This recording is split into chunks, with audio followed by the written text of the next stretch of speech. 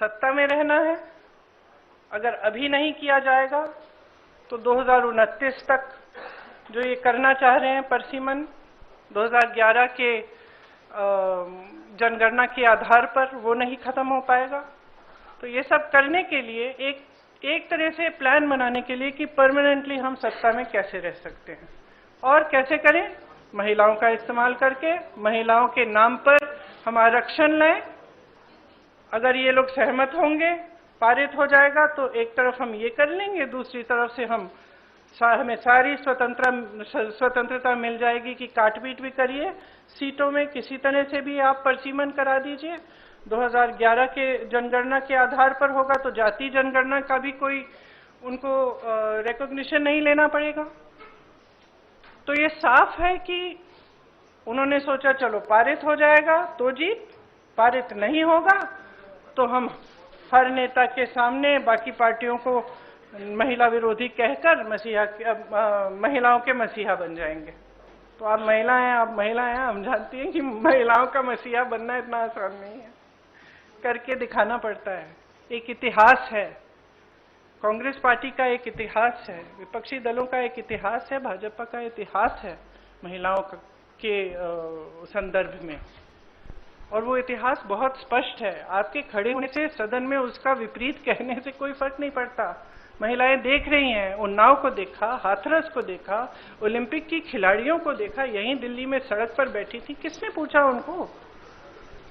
मणिपुर में महिलाओं को देखा, किसने पूछा? और आज आप संसद में खड़े होकर कह रहे हैं हम मसीहा बनना चाहते हैं महिलाओं के। तो ये बहुत स्पष्ट है कि ये महिला आरक्षण बिल की बात नहीं थी, ये परसीमन की बात थी, और परसीमन इनको इस आधार पर करना था जिसमें इन्हें जाति के आंकड़े नहीं देखने की जरूरत होती और अपनी मनमानी करने की पूरी स्वतंत्रता मिलती। तो ये बिल्कुल मुमकिन ही नहीं था कि विपक्ष उनका साथ दे, और मैं बहुत खुश हूं कि आप सबने, देश ने देखा कि जब विपक्ष एकजुट हो जाता है तो किस तरह से इनको हराया जाता है। किसी ने मुझे पूछा आते हुए कि ब्लैक डे है, आप ये सरकार कह रहे हैं कि ब्लैक डे है। ब्लैक डे इनके लिए इसलिए है क्योंकि पहली बार इनको धक्का लगा जो लगना चाहिए था।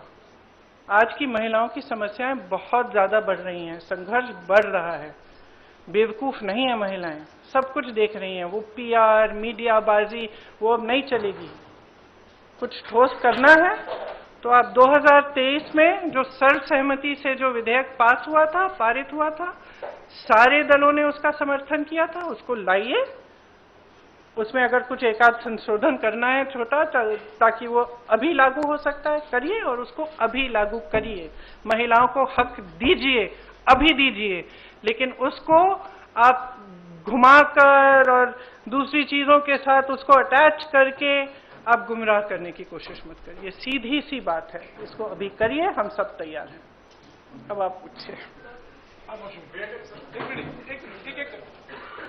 मेरा सवाल आपसे ये है, जब ये बिल गिरा उसके बाद, मेरा सवाल आपसे ये है कि जब ये बिल गिरा उसके बाद लगातार सरकार की तरफ से कहा जा रहा है कि राहुल गांधी ने फ्लोर ऑफ द हाउस में बोला कि बिल पास करना है तो मौजूदा परिस्थिति में 1 सेकंड में आप मौजूदा सीट पर पास कर दीजिए 543 पे। तो क्या विपक्ष उसके लिए तैयार होगा? अभी तो मैंने आपने बोला जो 2023 वाला बिल है, पर अगर मौजूदा सीट 543 है, वही तो है। 2023 का जो विधेयक है उसमें ये था कि इन्हीं सीटों में से आप 33% महिलाओं को देंगे। मैम उसमें लिखा था कि सेंसस के बाद डिलिमिटेशन होगा और उसके बाद तय की जाएगी, जो भी सीट होंगी उस पे 1/3 मिलेगा। तो यानी कि सीटें बढ़ती, पर नहीं, 543 में से ही था। तो उसके लिए आप लोग तैयार हैं? हाँ, बिल्कुल तैयार है।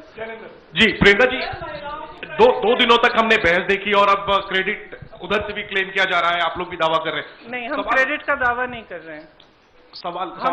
हम आपको इतिहास के बारे में बता रहे हैं। कांग्रेस पार्टी ने 1928 में शुरू की ये बात, और कांग्रेस पार्टी की ही ये बात थी जिस वजह से आज आजादी के पहले दिन से महिलाओं को भारत में वोट डालने का मौका मिला और अधिकार मिला। तो मैम सवाल ये था कि बीजेपी और एनडीए पूरे देश में अभियान चलाने जा रही है। आपने देखा कि कल शाम को प्रदर्शन हुए, देश भर में प्रदर्शन हमने देखा बीजेपी की तरफ से, और ये दिखाने की कोशिश है कि महिला विरोधी है कांग्रेस और इंडिया अलायंस। इसकी काट में आप लोगों की तरफ से क्या कोई अभियान चलाया जाएगा? क्या रणनीति होगी कांग्रेस की और इंडिया अलायंस की इसकी काट के लिए? जो बात आप अब कह रही है वो देश के आम लोगों तक कैसे ले जाएंगी? देखिए, जैसे मैंने कहा, देश की जनता जो है उसमें बहुत ही ज्यादा विवेक है। अगर इनको अभियान करना है पूरे देश भर में, खुलकर करें। लेकिन आज देश उस परिस्थिति में नहीं है जो 12 साल पहले था। और शायद कभी कभी ये होता है कि जब सत्ता बढ़ जाती है लोग सच्चाई नहीं बताते हैं नेताओं को।